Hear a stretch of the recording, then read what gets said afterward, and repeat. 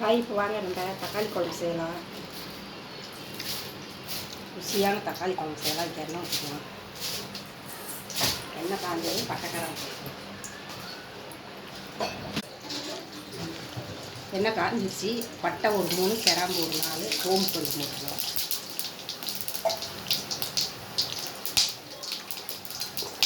அது வெடிச்சதும் பூண்டு போட்டுக்கலாம்.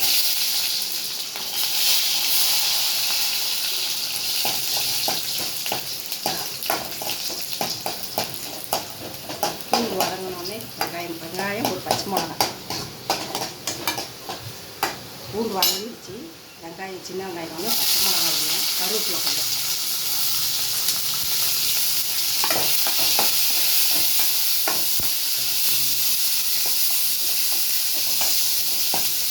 தக்காளி குழம்பு சாப்பாட்டில் ஊற்றி சாப்பிட்டோம்னா நல்லாயிருக்கும்.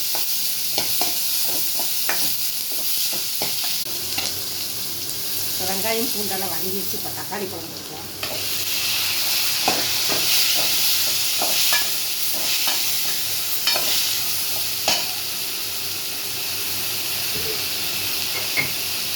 உப்பு போட்டுக்கலாம்.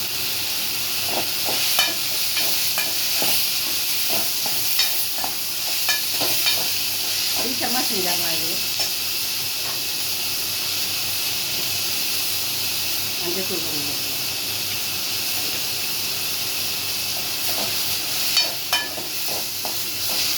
கொஞ்சம் வதங்கின வாட்டி மல்லித்தூள் மிளகாத்தூள் போட்டுக்கலாம். இப்போ தக்காளி கொஞ்சம் வதங்கிடுச்சு. இப்போ மிளகாத்தூள் போட்டுக்கலாம்.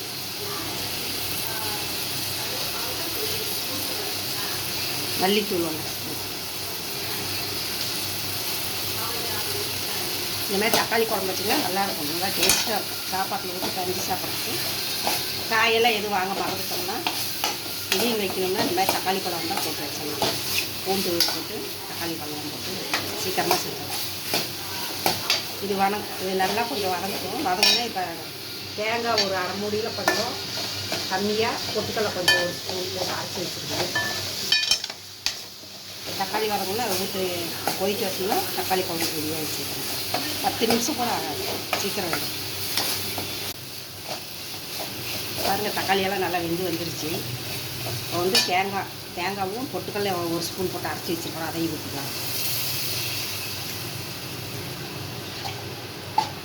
கொஞ்சம் தண்ணி ஊற்றி கலக்கி ஊற்றிக்கலாம்.